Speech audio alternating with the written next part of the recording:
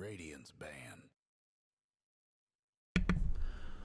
Good evening, guys. Welcome back to the Star League. My name is Toffees. I'm joined by Gorgon the Wonder Cow, and this is Game 2 of the matchup between University of Denver and University of British Columbia's esports team.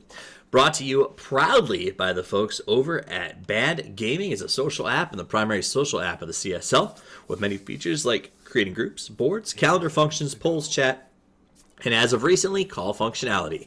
You can get them on the Android or the Google Play or the Apple App Store, and you can join our CSL community at band.us/@CStarLeague.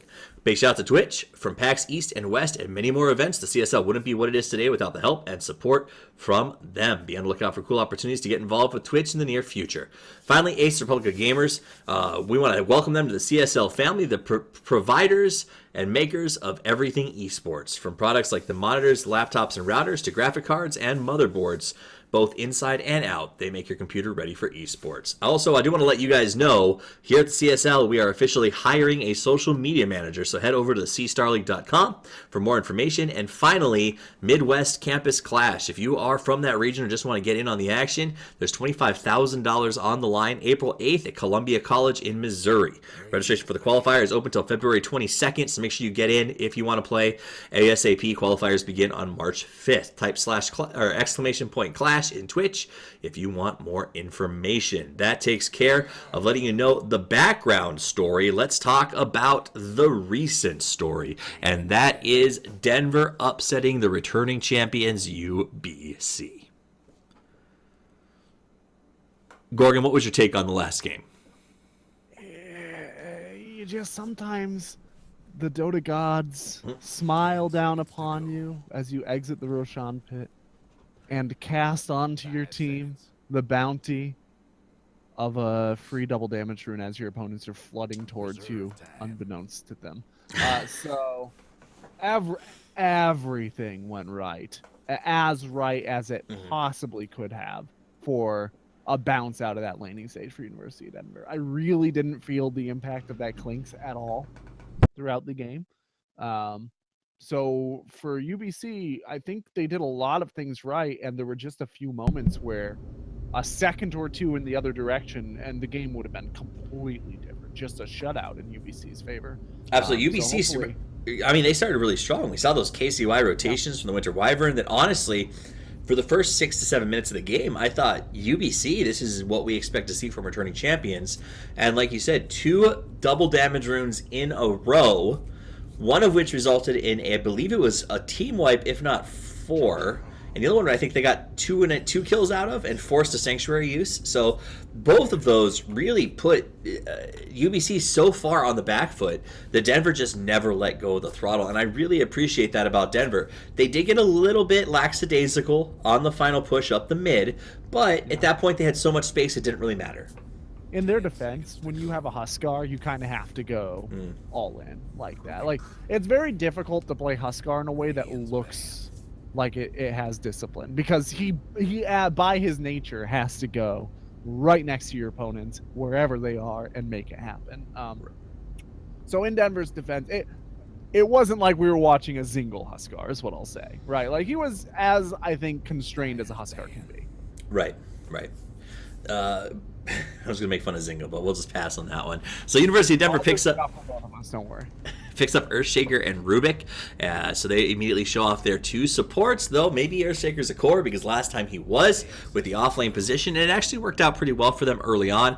I remember that Don Juan Diddley got some really good early game plays, and that Echo Slam on the bottom lane, pushing the tier 3 tower, was stuff of legends, right? Like, that was just an absolutely gorgeous Echo Slam that if UBC wasn't convinced they hadn't won at that point, you felt their spirits audibly fall when that happened. So why not give it back to him, I guess, is the point there. UBC grabs Ember Spirit and Jakiro. Noticeably, no ban on the Underlord this time. Yeah, they're going to let the Underlord through, presumably because I think you assume that your opponents are going to offlane Earthshaker again if you don't ban it, right? Like, there's no that he rolled over them throughout most of the game. So odds are pretty good Denver's keen on getting that again, and if that's the case, you don't need to ban out the Pit Lord. Absolutely. So he's allowed to go through. No Huskar ban either, by the way. They decided to just deal with some counters instead. Rubik, I think a really good grab here. Regardless of who is already picked up or not picked up, he's one of those heroes that gives your opponent pause for the remainder of the draft, right? Like now at this point, UBC has to go, all right, do we pick around the Rubik or do we throw heroes that we really had already intended on getting and just risk Rubik getting steals? Like when you're in a drafting situation as a team captain, do you reconsider your draft when the Rubik comes up? Probably not. I mean, fair. At this stage, you've already picked up two that don't require Wombo combo. You probably weren't expecting to go like Tide Enigma or something. You know, like if you're thinking of picking up a channeling ultimate hero, a Bane in Enigma, a Crystal Maiden, you consider not picking that hero up because Rubik's really good against them. But odds are pretty slim that they were thinking about picking any of those heroes up, right? So it depends on what they were thinking about, but I think that you probably just plan on playing around the Rubik. So Ricky going to get grabbed up here for UBC. A lot of mobility and in and out style of fighting, which I think will fit what UBC's looking for. No overcommitments that they have to get into. If Earthshaker jumps in, Ricky's got his ultimate to try and get the dodge out. I don't know the interaction. Does Echo Slam knock Ricky out of his ultimate? It doesn't knock him out of his ultimate, but it does hit him. Okay. I'm pretty sure it counts invisible units. And then I'm trying to remember. Sure. Do you remember how like AOE stuns like the totem affect Ricky in his ultimate? Is it just if he happens to be in the area that you hit, or because I know that like Tree and Protector's roots stop him. Sorry, I thought you were talking about his permanent stealth. No, his ultimate. No. For when he's in Tricks of the Trade, he does not get damage. He cannot be knocked out. He's removed. He's removed from the map. Yeah. Okay.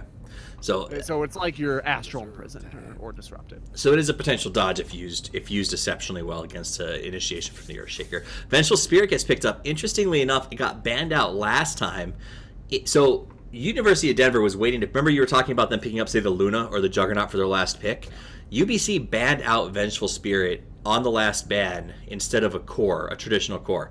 So they must know something that Denver likes to play this VC a lot. So it's not a surprise. They like to play a lot of stuff as cores that other teams don't like to touch, because the Earthshaker core is not something we see very often. Vengeful Spirit core, not something we see very often, although there's no guarantee that we will see that. If they're going for both Earthshaker and Vengeful Spirit as core, Denver have a very early shelf life. Which we saw worked out very well for them last time. So we'll see how it goes. But Vengeful Spirit picked up at the start of this phase so last time they let it fall to the end, figuring who's going to ban out or stop Venge. UBC figured it out. That means they really wanted it because they grabbed it at the start of the second phase. So I'm really curious to see what it is about that hero in Denver's hand that they feel so strongly about. Because when you look at the Ricky, the War Runner, the Ember, there's just a lot of things that make the swap not as amazing. I mean, the swap's always amazing, right? But it means that all these heroes have a way to sort of just get back to their team without suffering too much trouble. Yeah, if you don't swap the Centaur War Runner into a stun, whoever you do swap will probably survive. Exactly. Right? Especially if you don't have a silence, right? Ricky's able to get away, Ember Spirit's able to get away, Jakiro's vulnerable, but he's not usually that valuable. So right, but if you're swapping Jakiro and using everything you got to burn him down, UBC's happy as a clam, right? Because then the rest of the four are sweeping in gangbusters and tearing you to shreds. Yeah, exactly. Abaddon is an interesting pick here as well. That's another hero that could go core and it could go support. Either the Venge or the Abaddon will probably be a core. So presumably we need a mid here from Denver. But boy, Denver, they are really going for a very, very early mid-game draft again. I like it. You've got a game in hand, right? It's a best of 3. Why not take the risk on game 2? Try to win it fast. Get to whatever party's going on tonight at University of Denver. It's Denver, so I imagine something cool's happening. Thirsty Thursday. They're probably nighttime snowboarding while they smoke things going down the slope, because that's what I envision University of Denver like this.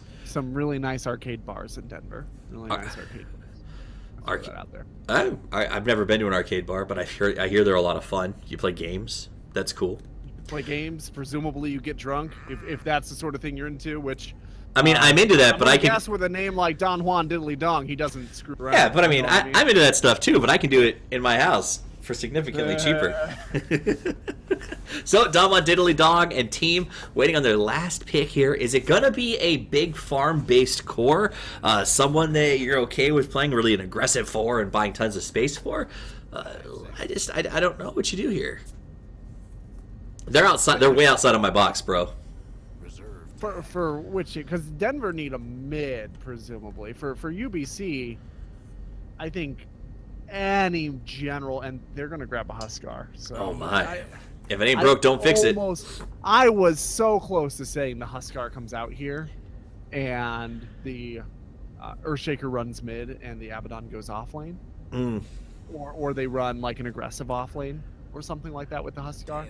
Huge but balls. I really didn't want to call it just because, like, boy, if that Huskar doesn't get off to a good start, this draft just falls apart. Yeah. It just totally falls apart. So who do you put in the mid here? For Denver, I think the Earthshaker ends up mid. Interesting. I mean, unless they're going to run the Huskar in the mid lane. Huh. Because it's against an Ember Spirit. Well, you could run Huskar mid, damage. Abaddon off lane, and then a really cool aggressive tri lane with Earthshaker, Rubik, and Venge. So we'll see. Ursa, really cool. A big pickup, though, that I think could cause a lot of trouble for Denver. Yeah, Ursa chews through Huskar relatively effectively if he needs to. And with the Centaur War Runner, Huskar's not nearly as scary. All right, so it looks like we're going to be getting underway here as we get this thing started. University of Denver versus UBC. We'll be back in just a second with Game 2 of this best of 3.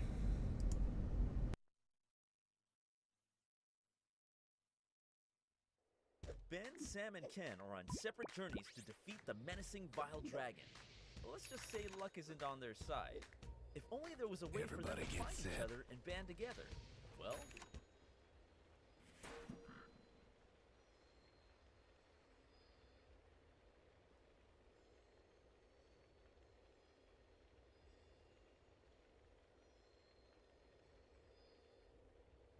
All right, welcome back, ladies and gentlemen. This is the CSL Game 2 matchup between UBC and Denver. We have switched sides. UBC will be playing the Radiant. Now let's do a quick intro for the Dire. The winners of the last game, Z-King, be playing that Huskar. Again, it's going to be St. Blue on the Vengeful Spirit.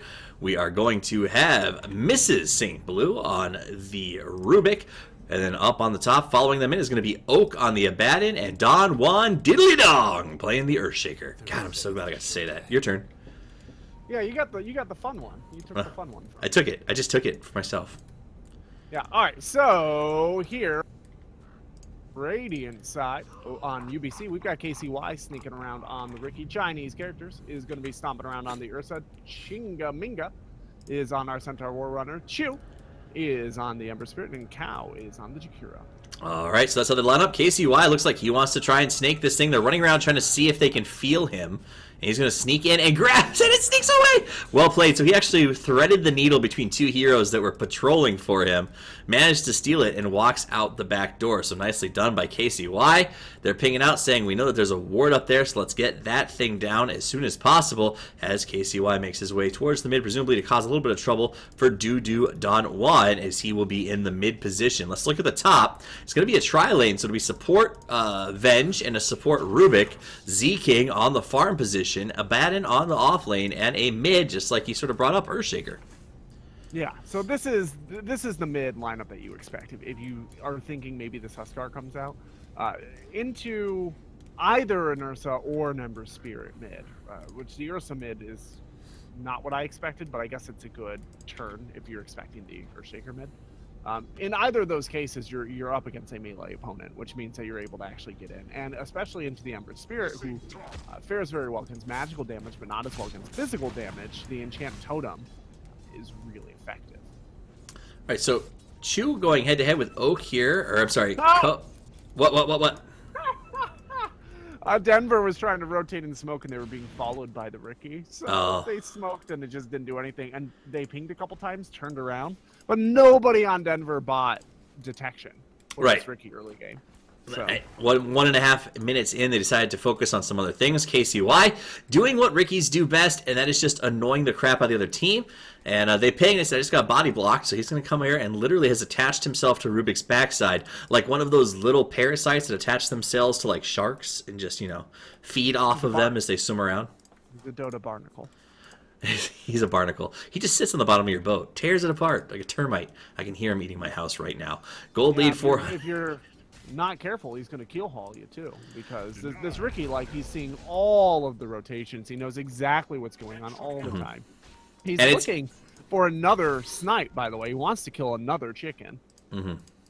Now, this is KCY. Remember last time KCY was on the Winter Wyvern and was making really strong rotations, never stopped moving. In fact, I think you summed it up by saying KCY has done more than the entire opponent's team in terms of early rotations and aggression, sort of controlling the map, and he's trying to do it again here nonstop. So I love seeing this kind of play from KCY. It did not work out in the long run last time, but it looks like it's being a little more effective this time around. Let's check in on the lanes for some last hit matchups. 15-3 for the Ursa. Earthshaker having a bit of a struggle at 6-1. Down on the bottom, we've got Oak doing 2-0, but he's getting the experience that he needs, while our Ember Spirit goes ahead and puts himself at a happy 15-6. So things looking about where I expect them to be. Top farmers on the Radiant, but Dire not really slouching either. The story that they've got to keep under control is Z-King on the Huskar. Remember last time he spiraled out of control? They have to make sure that does not happen again. The most surprising thing about this to me is that they're running the Huskar, and they didn't opt to run him aggressively with the heals from and the shield from the Abaddon. They really could have shut this Ember down very effectively with that Huskar combination, probably. Like, Flame Guard's good. It blocks a pretty decent amount of damage, but Huskar has a good amount of magical damage output. And then you stack that with the Aphotic Shield Burst, and you can do some pretty effective stuff. Ursa's taking some serious damage here. Earthshaker is getting some nice little combos now that he's got that enchant totem. Got the full 3 series up, and he's using it very effectively. But, Ursa on the chase. Wants to try to get him down. Can he do 2 more hits? That's all he needs. Easy peasy. First blood goes to our mid Ursa. There's a rotation from St. Blue. That's why Earthshaker was so far forward. St. Blue did not get there in time. Now Ko's going to come in for the rescue. Pushes him back. Not even going to bother stopping him in place, and just sort of takes away his life. Ursa happily goes ahead, grabs himself the rune, and should go back for some regen here on the Sanctuary. Yeah, he waiting for the Jakiro to come around. We'll get back to lane about the same time as the Earthshaker does. A very nice turn if you are sitting on UBC. Like, that mid lane's going very well for you. Ember Spirit's doing very well. In addition, Huskar is on top of the net last hits right now, and he does scale much more quickly than the Huskar, or than the Ember Spirit. Man, I am all over the place. He scales much better than the Ember Spirit. Ursa wants Don Juan. He goes in deep. St. Blue comes through, reduces the armor, and luckily the haste rune is popped, and Ursa's able to go the long way around, but Mrs. St. Blue's going to find him. Ursa set himself up to try and get a little bit of a playback there. Now Mrs. Blue's on the run. Here comes Don Juan. Diddly Dong judged the attack, got the totem down in time. He turns back around, can't get the kill. The stun is there, and it is just continuations. Don Juan, though, gets caught by the Ricky, who rotated around the outside. Ursa turns back, wants to go on the bench, and gets the kill. He's playing the margin, sucking it up. Stay below 100 HP for at least half of that period. KCY with a fast rotation gets them a double out of what we thought was potentially going to be a dead Ursa on some very fast rotations from Denver. Yeah. Ursa Ricky is cancer. That was a really nice play by Kiju, I think is how you sort of pronounce that, what that Ursa has there. Really nice plays by him. The Ricky rotation obviously made that possible, but he really played the margins in a very effective way, and I think it confused Denver a little bit. They weren't making great positioning decisions because they kept thinking that they had him, and they didn't. Absolutely. Now, I am about to move over to net worth. Before I do that, I want to point out that the third core, let's look at the cores right here. Third core on Dire, the Abaddon, is at 7-2. So his last hits, he's been forced to do nothing but really get experience. And that's going to, I think, cause a little bit of trouble for him as we transition here. We'll show you the net worth and get that chart up so you can keep an eye on it for yourselves. Right now, Ursa, not surprisingly, the king of the net worth by almost a full 1,000 over Huskar. Yeah, once again, though, Huskar scales with much less. Right. So he doesn't need as much to get active. The question is not who has more net worth. The question is who is able to control the pace of the game. Ko with some nice body blocks. St. Blue in some trouble. The speed is there. Nice ice path, but he gets right out of it. Oak uses the shield to try and get him out. Can they finish the job? The Aphotic explodes. That's going to cost a bat in his life. St. Blue goes down as well. And what started as a cute rescue to get out of the ice bath ends up costing both of them their lives.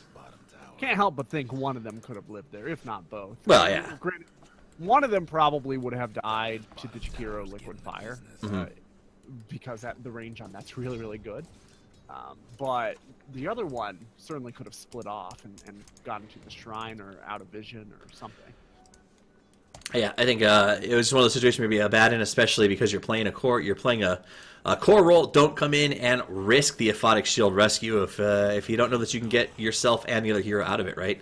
So Oak does get caught, unfortunately for him, but great news for UBC, who needs to win this game, as it is currently, the score is not up there, but you guys should know Denver, who is playing on the Dire side, won the last match, so UBC needs to win this one to push it out to 3. And so far, Gorgon, the net worth, the XP, the stack chart, looks like they're on track. And that's a kill on Huskar.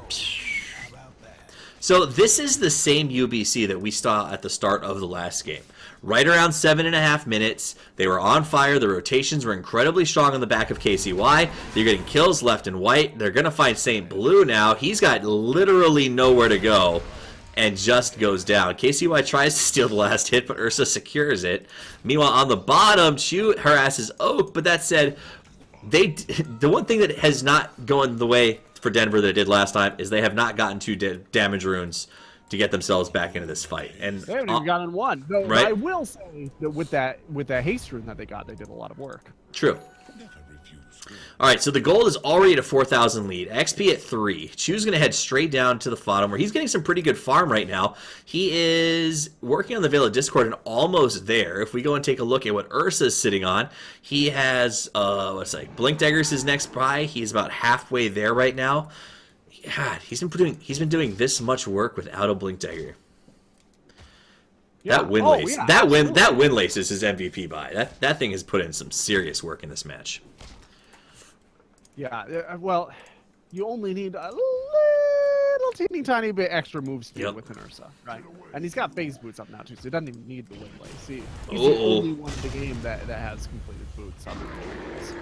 Big ice path comes out to try to get the save. Macro Pyre as well. Ursa thinks about running out of it, then goes, that's my Macro Pyre. Turns back around, wants to get into the fight, gets a nice kill on one, immediately backs away. Ko gets some damage up on St. Blue to force him backwards. Oak TP's in. They want to try to get a kill here on Blue. KCY saying, go invis, go invis, go invis, go invis. He's gone invis.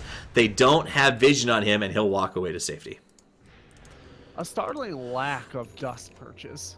Rubik's going to buy out a couple of sentry wards after that, but even so, like, cores for Denver should be carrying dust. They just should. They don't need the inventory slots right now. I know that they're struggling to finish items, and that sucks, but dust is probably more important than armlet. For the Huskar, dust is probably more important than the anything that the Abingdon has other than brown boots. Like, they might be able to get some kills and turn this around if they have the ability to catch the weakest hero on their opponent's team. All right, guys. So I realized that there was a little weird branding thing going on with the overlay that should be adjusted for you now. Denver is indeed on the Dire side, and UBC is on the side with the giant 9 next to the kill count. Gold lead at 5,000 right now for UBC. XP at 3.5, and UBC is certainly starting to roll down a hill that it seems as if Denver is facing. And it's early to say this, but it's almost starting to feel Sisyphusian, right? Like, the idea of they just can't seem to get ahead. I mean, look down here on the bottom. Don Juan comes forward. Immediately, Qui goes on him. He's got Ricky on standby, and they're just going to get another kill. 9 becomes 10. Smart choices. This is not insurmountable, right? The Huskar has an armlet done now. He almost has Morbid Mass. He's halfway to Morbid Mass, right? If he gets Morbid Mass, they move in, they get a quick Roshan. Now he's got 2 lives. He comes out, say he finds a haste rune or double damage rune like he did last time. One team wipe, and this is anybody's game again. Now, granted, this is a different situation than last game was, right? The advantage for UBC is much more severe. Right. But we saw a sort of similar situation last game, and Colorado was able to pull it out. So in a really demanding way. I want to point out something that KCY has been doing. So every time that he rotates, which is non-freaking stop, he passes through middle. And when he does that, he does something. Okay, hold on one second. KCY goes here. Don Juan, who came to the top to try and get away from trouble, ends up getting a nice echo slam. Turns back around. Chingaminga doesn't have an ultimate to get himself out of this one. He's got to try to juke through the trees. Goes for the TP. Knows Dilly Dong's got the stun off cooldown, but nope. There's the Chanted Totem, the pickup, the throwdown, and this should be a nice kill. But in comes Ursa from behind. He's going to go ahead. They're going to try to get himself out. He stole the charge to try and get to safety. Don Juan in some trouble. Ursa finishes the job, and they end up going 2 for 1. Chingaminga somehow walks away at the end of all of this. Ursa thinks about going, says, I'm not sure about it. Oak finally ends his ultimate. He goes down. Now St. Blue, the last man standing here on the top fight. He tries to go around and just buy a little bit of time, but Chingaminga comes back out and gets involved. Ursa low. Huskar wants to be the cleanup man. This is Z King batting cleanup, pushes forward, wants to try to get something here, but KCY is tracking him. Chingaminga into the trees. Z King still hunting. He's got to be careful here because if they get the drop on him, he's in trouble. He finds Ko, jumps on Ko. Ko should go down without too much trouble. KCY just going to watch it happen.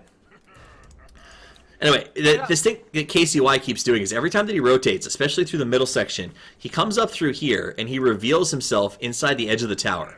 Takes a hit or something like that, and then breaks off this way. And every time that he does that, there's usually 2 or 3 heroes from the dire side that then chase him all the way up to here, letting their mid last hit. With no vision. Like, why are they chasing him? Exactly. It works every time. Speaking of working every time, Rubik caught in a tough position. Everyone gets behind him. Ursa ultimately gets the kill. Here comes Huskar, but he's inside of the mischance. Now it's stunned from behind. He wants to play on Z-King. Z-King goes for the high ground. What can he do? Turns around. Wants to go on Ursa. It's a man fight. Or is it Frost Ice Path just too strong? St. Blue now in a tough position. Can't make an escape. Can't go through the ancient camp. Got to go all the way around the long way. He's going to go down. Now the chase is on for Oak. Oak right into the high ground. Says, you won't fight me by Sanctuary. Ursa says, want to bet, bro? He ends up finding himself in some trouble. He goes down from the back, though. He gets Earthshaker. Oak gets his ultimate pop. Chingaminga and the rest of the team are going to back away. Not just going to go into the high ground just yet. Chu on the run. Rubik goes ahead, and what did he steal there? He stole himself some fire remnants. Chu. So useful. Super useful. Chingaminga, though, comes back. Speaking of useful, gets himself a kill. Killing spree activated. TP comes in. That's got to be a little bit of help here. Z-King put a long-term TP. Ricky goes into his ultimate, but unfortunately, Z-King was allowed to jump out of it because of the chase that he got there. Ends up with the kill. Chingaminga comes forward, wants to play, tries to kill himself to the Ancients. Able to do it. Gets the deny from the Ancients, and Z-King turns back around. Do they have the damage? I don't think that they do. Z-King will finish the job, gets Ko, goes on KCY, gets the double, and that's the Chingaminga, baby. That GG, WP. I thought that was Dyer calling it there for a second. I was like, that seems like it makes about... That makes sense, I guess. Was a misclick. Oh man, Ursa's gonna get jumped on here too. This is no. really huge. Oh. Right after the Roche stun too, like that was just about as perfect as it could have gotten for them. Now they go in, they get the Aegis. Hey, I said it was. Wait. Chu's not done. Chu wants to play too, but he walks into the pit of doom, and like Gandalf before him, just falls to his death. What are these guys doing? They're going in one by one. KCY's here. He says, I got an ultimate. I want to use it. I'm going to track some people around. Ricky wanted to grab that, and he almost did. That would have been a huge play. But everybody else marching in one at a time, making their own little trail of sadness was oh my gosh, a really, really bad set of decisions. Well, I remember I mentioned just a minute ago, well, they're going to lose Aegis, so I guess it doesn't turn out to be that big of a deal. All right, Z-King's got to try to get himself out of here. We're going to go straight to the ultimate from Ricky. Wasn't interested in getting gone on. He'll back away. Jumps to safety. And, you know, I said it was Sisyphusian to get back into this game. Huskar just made some great plays. Pulled back over 3,000 gold in net worth. He'll finish up some items off of the back of all those kills. I mean, is that enough to get them to a point where they're like, yeah, we can start taking fights now? Well, he's on top of the net worth. He's feeling good. The rest of his team is dragging behind. Remember last game, there was a 2 component. Oh no, the bait is real! God, beautifully played. That's what happens when you carry vision for Ricky. The bait is real, and then the backwards bait is real as Ursa watches. They set up the Ricky, and then they followed with the setup for the Huskar. So a much more valuable kill, I think, in taking out that Huskar. And again, UBC comes out ahead, as well as getting the top tower at the same time. Yeah, so what I was going to say there is last time the Earthshaker was contributing a lot, and this time he just hasn't had the opportunity to get in position and get the farm that he needs in order to make those contributions. The Ursa honestly just kind of railroaded him in that mid lane. He needed a lot more space given to him by his supports, but thanks to the rotations of the Ricky, the Radiant spotted out all of those rotations. So, absolutely. Now, a lot of it does come down to the vision and space that Ricky provided. And we did talk about in the draft the fact that Denver had a shorter expiration date in this game than unpasteurized milk. That said, it is 17 minutes, and they have not taken a tier 1, so they are in sort of desperate times, desperate measures. Got to get out ahead here. KCY comes in, puts up the smoke cloud, and pushes them backwards again, and that's what they'll continue to do, because the longer this game goes, I feel like the happier UBC is going to be. Yeah, I think that's right. I think that neither team goes late especially well because of the... I take it back. The Ember Spirit and the Ursa do go late very well. Oh, nice. That's going to buy some time. Will it be enough? Z-King dropping low. The toggle is on fire, but everyone else is too. Chu's going to come through. They got one. St. Blue gets the heal from Oak, but the chase is going. Chu for the background. They want to finish one. They do. Pop the ultimate on the Abaddon, but a big Echo Slam comes out from Don John. He's got to now back away. The Lover is going to turn into a fighter and possibly a runner as he tries to get himself out of some trouble. Ko goes back on Oak. Oak's ultimate is ended. In comes to St. Blue to push everyone backwards, but Ko and Chu want to finish the Abaddon, and they will do so. Aphotic Shield buys some time. We see the TPs coming in to help. St. Blue will arrive. Finally, Abaddon goes down. Ko on the run. Chingaming to come through. Sees St. Blue. Gets up a nice shot, but takes some damage. Dodges the freeze from Mrs. St. Blue, and back they go. Catch the kill. Get the root. St. Blue with the stun as he's got to run for safety. Don Juan makes the jump in, manages to catch Jakiro by accident, was looking for Chu, doesn't get it. Meanwhile, St. Blue goes down. Chu does too, and that is going to be a 1, 2, 3, 4, 5. It's a team wipe, baby. That's an ultra kill. Which, if you're new to Dota, is not a good thing when your opponents get an ultra kill.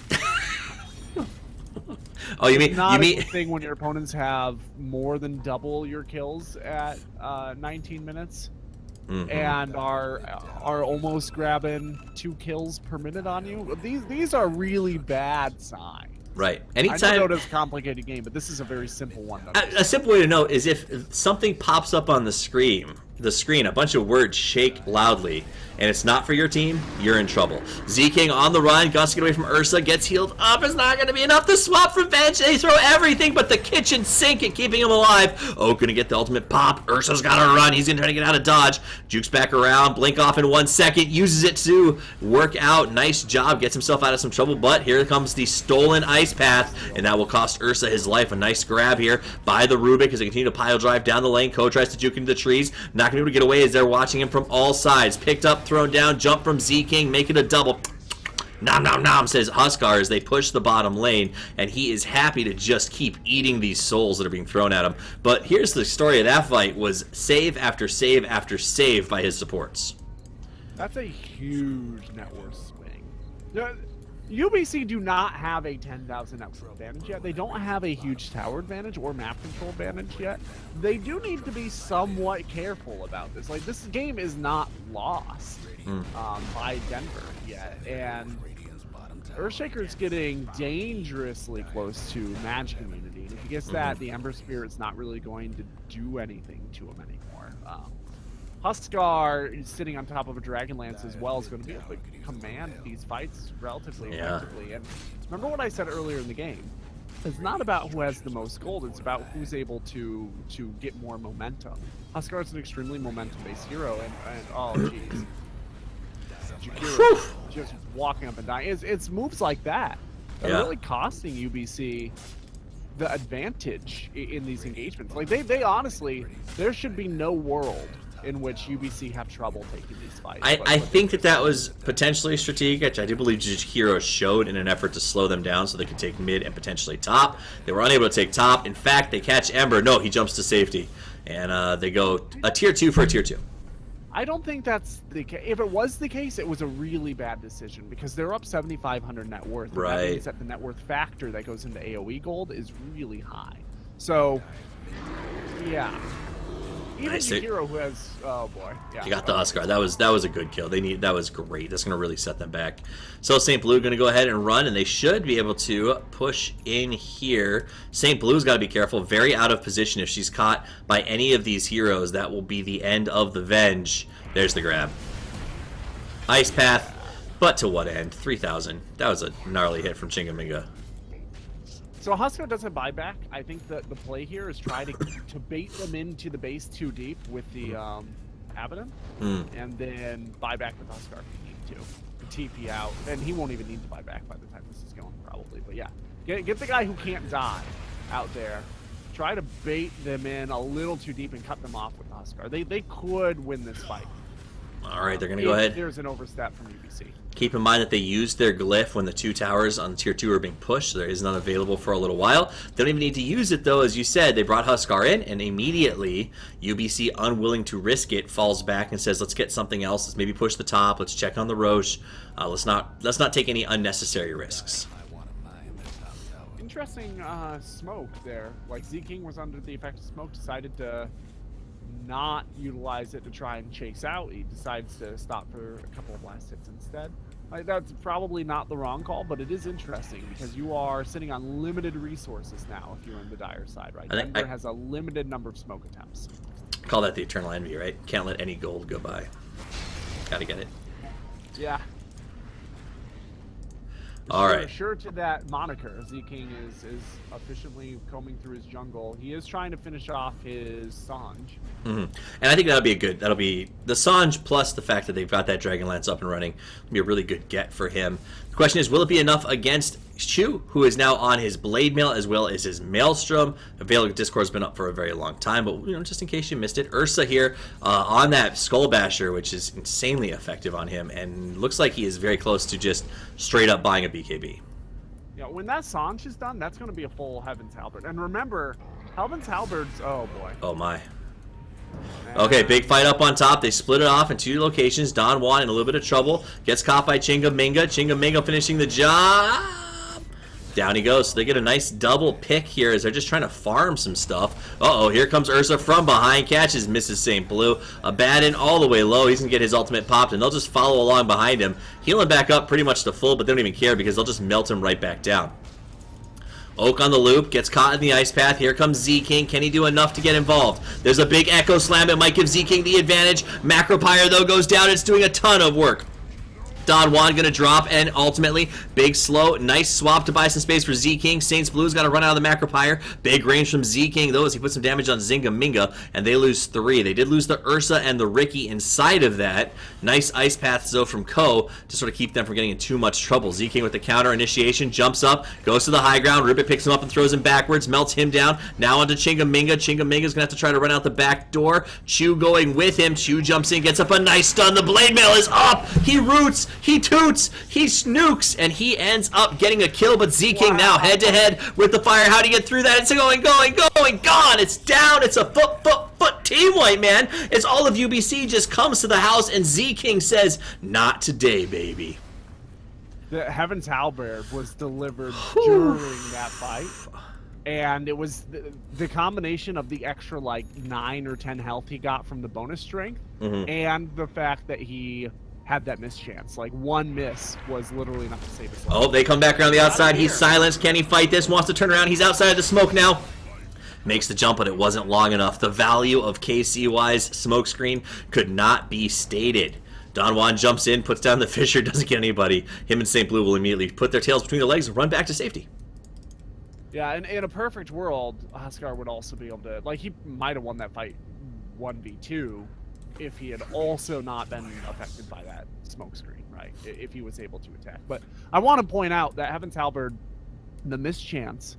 was spiked up 11% on this last patch. Right, it's up to like 35%. So having that is a pretty big item, and it's also the cooldown was reduced really significantly. It's a really good item against right clickers now. A cooldown of only 22 seconds against an Ursa. Every 22 seconds you can make it so that he cannot attack for 3.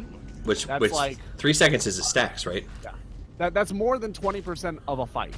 Like, you can keep Ursa from attacking. That's pretty good. Well, and they're showing, like, they have not given up. They've managed to standardize the gold lead, so it was rapidly rising in favor of UBC. It has since flatlined, still heavily in UBC's favor, but that's still relatively impressive considering the amount of map control, the amount of early, just really domination that we came out of UBC early on. The guys from Denver have really put their heads down, put their nose to the grindstone, and are playing pretty effectively against them. That last fight was absolutely phenomenal. Now we're going to see a smoke up in their base. The only place they know is safe. They're going to roll out, look for a pick. I assume that they'll head north towards where they believe purple is, and purple will fade away. Not interested in getting picked right now. The guys from UBC know just how valuable they all are, and if they get picked off, that could be a lot of trouble, a lot of gold going towards a few finished items. Huskar gets up that Assault Cuirass, and things swing pretty dramatically. There's the stun. They go ahead and find Chingaminga. He stayed too close, and he will go down. No chance. But the rotations are coming in. Ursa wants to play. Does the blink. Gets the snap. Don Juan's left behind. In comes St. Blue. They're going to try to potentially put up the swap. Pick him up. Z-King, look at that. Pull, he yells, and shoots him out of the sky. But the Aegis is up. Nice route to try to drop him into place. Vision is cast. They want to make their move around. They're going to try to get Ricky here, and they do. Ursa blinked away. Was Ricky able to survive this? No, he goes down. So they got the Aegis, they picked off the Ricky and Chingaminga, and they didn't cost them anything.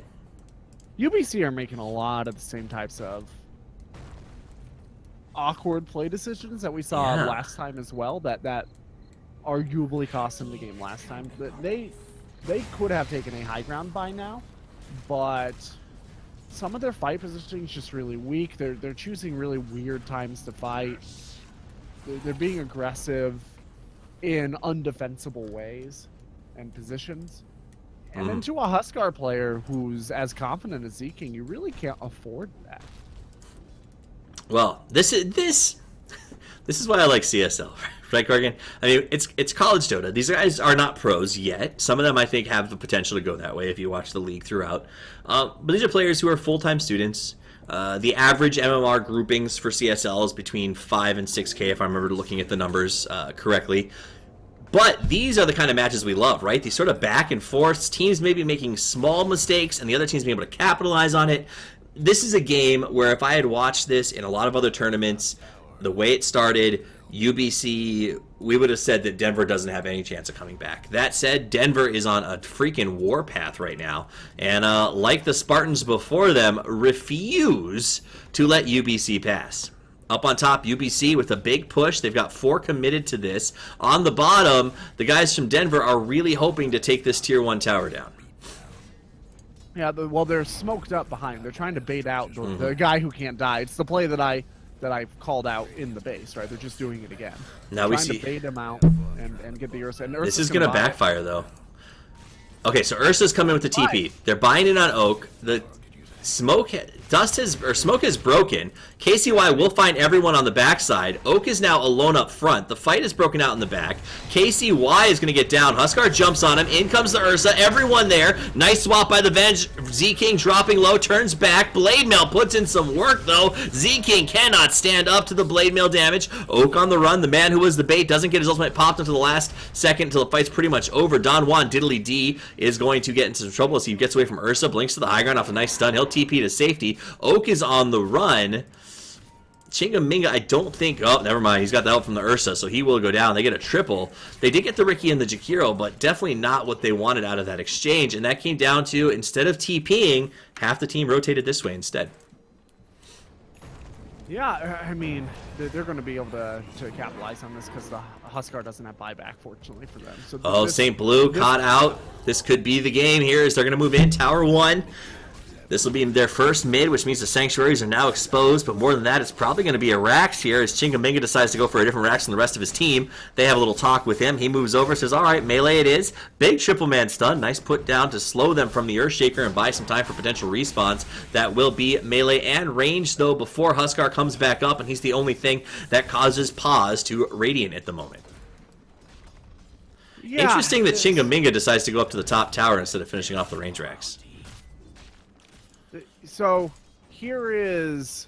I mean, if he gets the tower, it was a good move. Otherwise, well... What's it have? It's a pretty good move. The range barracks is not really that valuable, is the That's big true. thing here. Like, you push slightly faster, but it only affects one creep at this stage in the game, right? Yeah, but that's like the coolest of the creeps. That's like the Fonzie of the creeps. Yeah, but, you know, sometimes you just gotta lift the plebs up and keep the fawns in place. Sometimes you gotta jump the shark, homie. And that's, I guess, what they had a chance to do and they decided not to. So no fawns for UBC. If they lose this game, I'm blaming it on not having the fawns in the mid lane. Gold lead, though, by the way, 19,000. XP at 15. Let's go through some item comparisons of these two teams. For UBC, Ricky with the defusal, not a big surprise. He's been doing a great work. KCY, absolutely phenomenal as a support Ricky.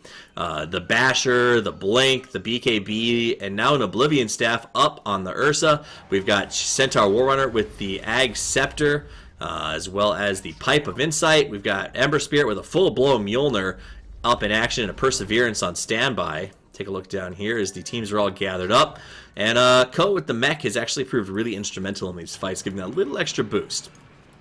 There's the ultimate. They're going to charge in, make their move. Ursa, he got a little too deep, a little too fast. Turns and goes on Z-King. It's a man-on-man. But here comes St. Blue, wants to help out. BKB is popped. The ice path is huge. Will it buy enough time? No. Ursa is going to go down. Z-King gets that kill. They turn it back around. Nice play by the Centaur. Wants to get St. Blue down. Down she goes. Good. Echo Slam. Don Juan Diddly Dong puts in some work, but Chu's going to get in trouble. Pops the Blade Mail. You know what? Z does not care. Z-King just goes to town on him anyway, and they wipe out 4.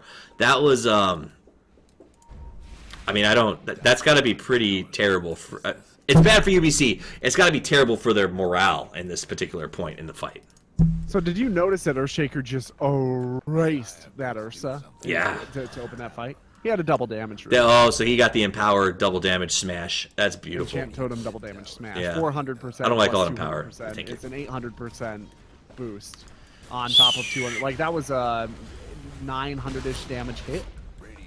So Ricky having the diffusal blade is actually really important in this game. There are a lot of things that you want to dispel, right? You can dispel Enchant Totem, which takes away pretty much all of Earthshaker's sustainable damage. He's really reliant on that in the middle of the fight. You can dispel the heal, Inner Vitality on Z-King, and you can dispel the Photic Shield, which means that if you get the heal and the Photic Shield on the Z-King at the same time, which is usually what's going to be the case, get rid of them both with the snap of a finger, and suddenly this Huskar is extremely vulnerable.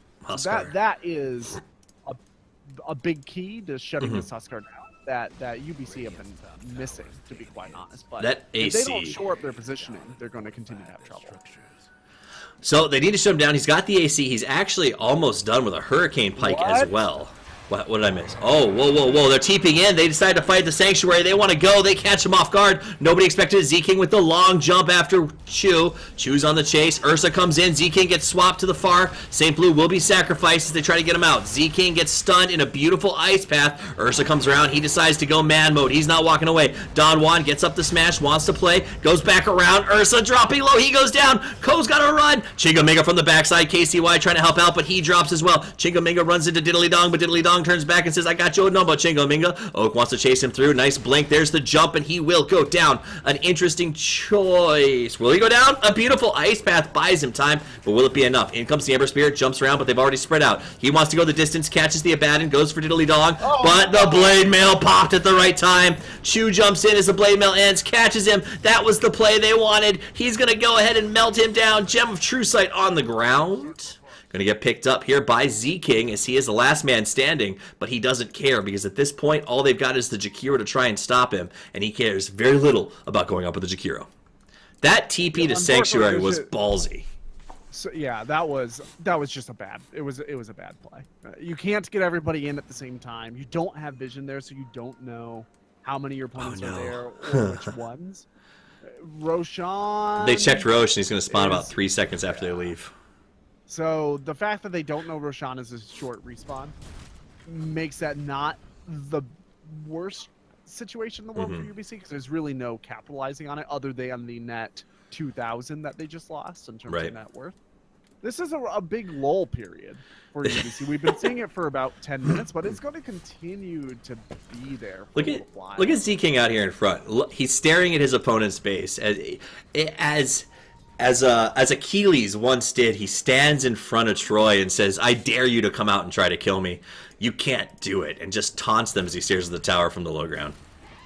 Well, it's a bit of a Trojan horse to pull up old thing, because Venge is sitting outside of sight behind him, ready to swap, right? Oh, look at this gift. It's a free Huskar. Oh, he swapped out. You wasted your BKB, and all you get for it is a goddamn vengeful spirit, and now the really vengeful Huskar is going to come back at you. Fortunately, and unfortunately maybe for UBC, Z-King has read the classics and knows that Achilles made some mistakes, but if he had had some buddies behind him, perhaps Ajax could have saved his life. Meanwhile, they go back around. They find themselves the Roche. The other team, UBC has to know this is happening, but I don't know what they can do to stop it. Z-King is just going to melt him down. A little bit of help from St. Blue and the armor reduction. I mean, this is just a very fast, very aggressive Roche. He will drop here. We see the rotation from Chu, which might be some trouble for him, as he rotated through dire vision, so they know where he is. Z-King wants to make the jump, catches him off guard, pops the Lincoln Sphere, so that will be nice. He's able to get away because of that. Or will he? Stunned. Z-King on the chase, 6 seconds on the ulti, and he will jump to safety. Z-King will just go ahead and farm up some creeps. This is tough, man. I feel like Denver's in a really strong position right now. They are in a really strong position. One more lane of racks, and the position becomes much more difficult, because they've got no real way to knock out supers. Huskar's all single target damage. Earthshaker's mostly single target damage. Vengeful Spirit single target, right? Like, you get 2 lanes of supers, and really your opponents are not able to push out very effectively. But the problem is getting up there and doing it during this lull period is very difficult. Now, Centaur is sitting on top of an Ags. I'm not exactly sure when he picked that up, but I think it's relatively recent. That's a pretty big item. That will help in these fights a lot, especially as the BKB charges start to whittle down. But I think you need a full set of Guardian Greaves. You need the Skull Basher upgraded as well on the Ursa. Maybe a little more damage from the Riki before you're in a position to reliably take fights again. Well, let's go to the top where the fight breaks out. They're going to go ahead and find Don Juan. He's going to try to run for safety, but the rest of the cavalry is here. Chu has used the blade mail, so they're going to back away. Chu on the chase. Here comes the Ursa. That will probably spell the end for Don Juan. Venge swaps herself forward, gets caught in the ice path, goes invisible, but it's about to end, and that should be St. Blue's death, so they get a nice double pick. Meanwhile, KCY is tailing Z-King, so they know where he is and know that he's not TPing in to help with this fight, so they can keep aggressively going forward and get a triple out of it. That was absolutely necessary, and that could be the racks that you brought up. You said UBC has to take a racks to try and keep Z-King busy, right? And that's exactly what they had to do with this 3-man pickoff. A little bit of overconfidence from Denver there. Yeah, they don't really have the vision to be out that far, to be 100% honest. They could have been out that far if they had a couple wards up, but really all they have up is this aggressive pick. The now, Earthshaker does have buyback, but he blew his ultimate in that fight, and he didn't really get anything for it. He barely did any damage. And so he won't bring a lot of scare factor if he burns it, so they'll try to wait it out. They know that they're not going to push past the racks, I don't think. And King can just kind of stand back here and put out damage. So he's going to slow the progression of this opposing team. The silence does come out. Nice job by KCY. So far, they've been able to hold the racks, and that's what's important.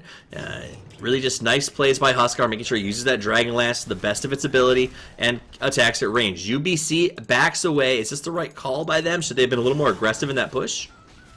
As long as the Huskar has Aegis and people are coming off respawn, they can't overstay them anymore. How far are we from? Getting fines is the right call. How far are we from Satanic right now? Oof. Yeah, oof is right. Yeah. Oh Lord. I mean, so there's the part of it. Obviously, best of threes are a ton of fun, right? Because it takes us to this sort of like one game scenario. But there's a huge part of me that's like, man, Denver, the underdogs, they were so... I mean, look at the net worth chart. Let's pull that up. They were down by 20,000 gold at one point. Yes, it's back up to 11, but they had that pulled down to 6, man. They put up one hell of a comeback fight, and it's sort of that, you know, you want them to do well. It's like watching Ad Phenom at the Major or Wings at TI. The idea that, God, I hope these guys that no one expected just come out and absolutely win this one. On the other hand, you know, UBC. Well, UBC, honestly, I've said it a couple times, but they've made a lot of mistakes this game. And if they think they can walk into games overconfident and just win because they did well last season. This is interesting. They need to think more carefully about that, right? So right now, Denver's trying to use up the Aegis. They want to make sure it doesn't despawn on them. Pushing towards the high ground. Can they breach this right now? I don't know if they have the strength to. Well, now's the best time for them to try. Right. To be quite honest. They have the Aegis. They're not going to get another opportunity with the Aegis this game unless things go... All right, Z-King's in trouble. He doesn't have a lot of backup around right now. They all come in. Z-King is kind of alone. Oak wants to come out and help. He's silenced. The Ice Path is there. Z-King's going to go down. He's got the Aegis, though. Abaddon's going to survive a little while longer, try to buy some space. Now we're going to see Z-King run towards the high ground. Gets pushed up, but he is rooted. Can they chase him? Abaddon tries to provide a secondary target so that they leave Z-King alone. It's not going to happen. Go towards the high ground, make their move. He turns back, says, let's fight it out. BKBs are popped. Look at him's regen. The Satanic came out just in time, but it's not going to be enough. He goes down, Satanic in hand. It was delivered. He almost got through there, but all that went down for the exchange was a Chingaminga. Yeah, a root was enough to win that fight for them. Wow. It only takes one. And Earthshaker's just going to kill himself.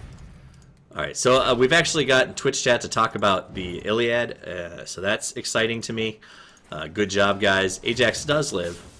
In fact, I tried to name my son Ajax, but my wife shot it down.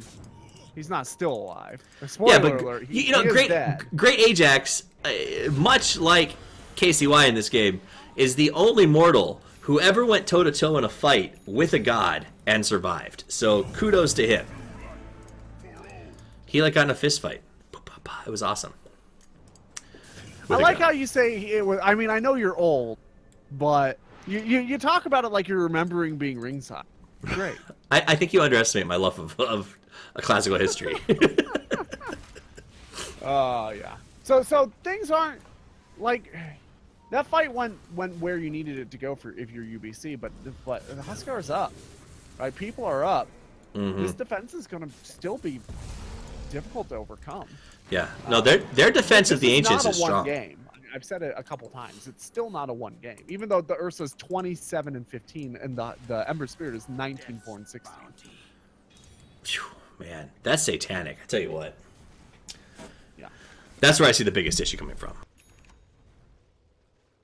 Well, honestly, probably the Heaven's Halberd is that's true. It continues to be the biggest issue, but the Satanic is a big issue. Well, the Satanic's tough because you burn so much trying to get him down, stuns, etc., and then say Avenge Swap comes in, pulls him out or buys him that extra 2 seconds he needs, and he's right back to full, and you just can't kill him because the Satanic is just doing its work, and that's where I start to worry about the potential to pick him up. I mean, you saw how much trouble it was to kill him when he was over here with the 4 against 1 basically, and they still had to raid boss his ass. So one of the big problems with the Heaven's Halberd, if you are UBC, is the fact that during that huge lull period, one of the reasons was that dodge, right? So we had this big lull period where UBC wasn't able to get anything done. That's true. Because they couldn't kill the Huskar, forcing the Ursa to spend a lot of that time trying to farm up a Monkey King bar, which he does now have finished. But he spent a lot of his net worth and a lot of his time on an albeit good damage item that he really just picked up to deal with one hero. And he would be much better off right now if he had been able to go for an Abyssal Blade instead. KCY reveals the smoke rotation, so that works out pretty well for them. And they get a dust out of it, so nicely done, KCY, with his in frustrating level of scouting as far as the guys from Dire are concerned. Gets up wards, make sure that he knows everywhere that Dire wants to be. I mean, look at this. This is how they're making sure that they have everything they need to try and push or at least get some farm without getting picked off. Yeah, this is... right now, if you are on Denver, you're thinking like, oh, maybe we smoke into them in a couple of minutes, but really we just try to make sure that we're around and able to grab the next Aegis. We try to control the game from there. Don't lose a Rax, don't make a mistake. If you're UBC, like, you need to make sure that that doesn't happen. Whatever you have to do to not give Roche Pit control to your opponents in the next 3 minutes, that's what you do. And I think the play is very difficult to call here, to be quite honest, because they can't charge high ground into this Huskar. They're not really effectively starving the Huskar out, but they are effectively starving out the rest of the team. But also now Earthshaker's finished up a secondary Heaven's Halberd, so now we're talking 40%, more than 40% of the fight. Ursa can't attack.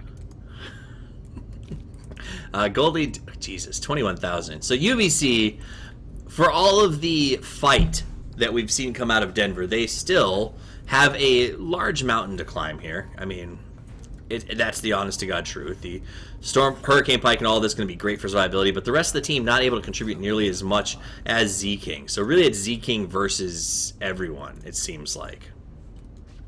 Yeah, they are going to smoke up and try to bait the Huskar. Z-King can't let the farm go, man. Well, this is the play, I think, right? You make it so that they don't see the Huskar here, or they... Oh, wow. As they check it, it respawns. And Earthshaker's just going for it. He says, all right, I'll start putting some work in. They ping him out, though. Trying to rax him during this, though. Ember's moving around up top. There are creeps in the base. They can't, yeah. Smart play. So he pushes up. They can't go for the Roche. They've got to back off after Ember. Ember immediately goes down to the bottom lane, so they'll have to push it back. Meanwhile, they're getting pushed on the bottom as well, which opens up Roche for an easy Ursa. Really, really nice play here, the guys from UBC. Yeah, they didn't have a lot of other options. They were too disjointed to be able to do. And now they're going to be able to get it. This is... That very well may be the moment that UBC won this game. Oh, it was beautiful. Very well executed. Cheese on the ground. KCY loves Cheese, the mouse that he is. I always assumed Ricky is like a demon mouse. I don't really know what he is. Why? I don't know. What about him? Doesn't he look kind of mousy? Let's get a close-up on this. Yeah, see, look. There's his little mousy tail. He doesn't have the teeth. He's got the mouse horns. Mouse horns? What kind of hellish mice are in Indianapolis, dude? My God. Indiana mice are serious business, bro. we don't screw around with our it's like cockroaches in Hawaii versus cockroaches here, okay? Hawaiian cockroaches, you don't fuck with them. They've got wings. They bite horribly. They fly. I mean, they're just, it's a different ballgame. Indiana mice, they're like the devil. Wait, the cockroaches in Hawaii play baseball? Because that would be a very different ballgame. Well, I mean, that's their version of baseball. Roach ball, not my favorite, but, teach their own. You can only play at night, though. You can only play at night under a lava rock with the carcass of some dead animal. Oh, and so it's how I play baseball. Gold lead is up at 2,500 as we sort of just buy our time and wait for UCB to make their big push. They want to finish off this melee barracks that kind of would spell disaster for the guys from Denver. As you said, they don't have a lot of wave clear to their name. This will be a very big get for UBC. Yeah, Radiant's pickup on the Ember Spirit's a really big pickup as well. Not only does it help him push, but the mischance is really good against this Huskar. He's pretty much 6-slotted. Right, and because of that, he can't really... Oh! Okay, so they go down to stop Chingaminga, and Z-King says, I don't care, I'm going to try to get the kill. Ko able to TP to safety, though. Turn back around, KCY is going to see him, start to mess with him. TP coming out, it's canceled, so they'll let him go. Meanwhile, let's go back to the bottom, where St. Blue comes in to help out. Oak is here, Chingaminga still alive and putting in some work. Don Juan Diddly Dong gets the stun, back to full health. Will it be enough? Chingaminga puts the charge. In he comes, Ember Spirit wants to play. Picked up, thrown down, but a triple stun because of it. Chingaminga dropping low, but doesn't have enough health. Has to back away. Chu wants to keep going. Silence. In comes Z-King. He doesn't have the damage or the stall to sort of keep them there. So they get a nice kill and force a buyback. as well as take that bottom tower. Which is, now they know they kill him once, the game is over. Yeah. And once again, that mischance on Ember Spear, what does Z-King give up to be able to get out of that mischance? Yeah, right? that's the problem when you put all your eggs in one basket. In they go, catch Z-King. Z-King moves around, tries to get the Rubik down. Rubik dropping low. Ricky pops his ultimate. Z-King putting in as much work as he can, but he is taking some serious damage. It's the whole team versus him. Abandon here, trying to help out. Throws up Aphotic Shields as much as he possibly can. Z-King doing some damage, but the Aegis is there. That's got to be killing him. There's the swap. Buys some time. Z-King low, gets to the high ground, but ends up going down. Not going to be able to survive. He is down with no buyback. So will Don Juan. Diddly dong. Denver drops. UBC pushes, and that will be the end of this game. We are going to 3, and something tells me it's going to be a barn burner of a match. Yeah, well, this was a really well fought game. If you're Denver, like there was no reason that this game should have gotten to 51 minutes. There was no reason this game should have gone to 37 minutes. But Denver played the opportunities given to them very, very well after just a horrific laning phase. I don't know that we've seen a laning phase that's gone that poorly yet this season. Yeah, no, definitely. Let's do a real quick banned player of the game. Do you have a pick, Gorgon? I'll probably give it to KCY on the Ricky. Yeah, I agree with that. Yeah. His early game rotations set the Ursa up to move aggressively and sort of buy the space for Ember to get back into this thing, I feel like. He also baited that Huskar into that last death that he had to buy That's back true. from. While you were watching that bottom fight, the Ricky smoked him, and the Huskar could have pushed himself out of the smoke with his Hurricane Pipe. But instead, he walked out of the smoke, presumably because he wanted to turn around and fight the Ricky. And right. That bought time for the Ursa to come up and kill him. So that's it, guys. That's the end of that game. We're going to game 3 between UBC and Denver. My name's Toffees. You can find me at Toffees TV. I'm Joe McGorgon, the Wonder Cow. You can find him at the Wonder Cow. You can find all of us at CSL. A big shout out to Band, Asus, and Twitch for making this possible. Don't go anywhere. We got another game coming up in just a minute.